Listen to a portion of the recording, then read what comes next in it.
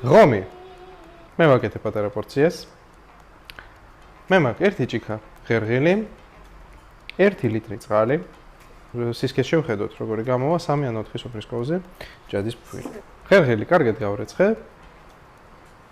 და გავაჩერე 2 საათი ცივ წყალში. მაღალ ცეცხლზე მიყვავს ადუღებამდე. როგორც კი წარმოდუღდება, დავუწევთ ცეცხლს საშუალოზე ოდნავ დაბლა, მოხონთ დაბალზე არა, საშუალოზე ოდნავ დაბალ ცეცხლზე.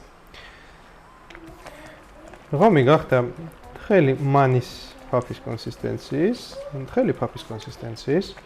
ეხლა თან ვურიოთ, თან ჩავაყაროთ ჭადის ფქვილი. თან დავუმატოთ და თან მივსრისოთ ცოტა კიდევზე ამოვლესოთ, რომ კოშტები არ იყოს. ღომი მზად არის. აი ესეთ ფირს, როდესაც იდებს, ეს ფირი იწყებს მოძრომას თვითონ უკვე კიდეებიდან. აი ესე იგი მზად არის.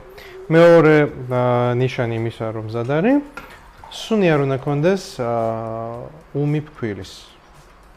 ძირითადად ღომი კეთდება 2 ტიპის, ან სქელი, ან უფრო თხელი. სქელი ღომი უხდება ბაჟეს, საცივს, ხოლო თხელი ღომი უფრო კარგად მიდის ყველთან. ღომი მზად არის.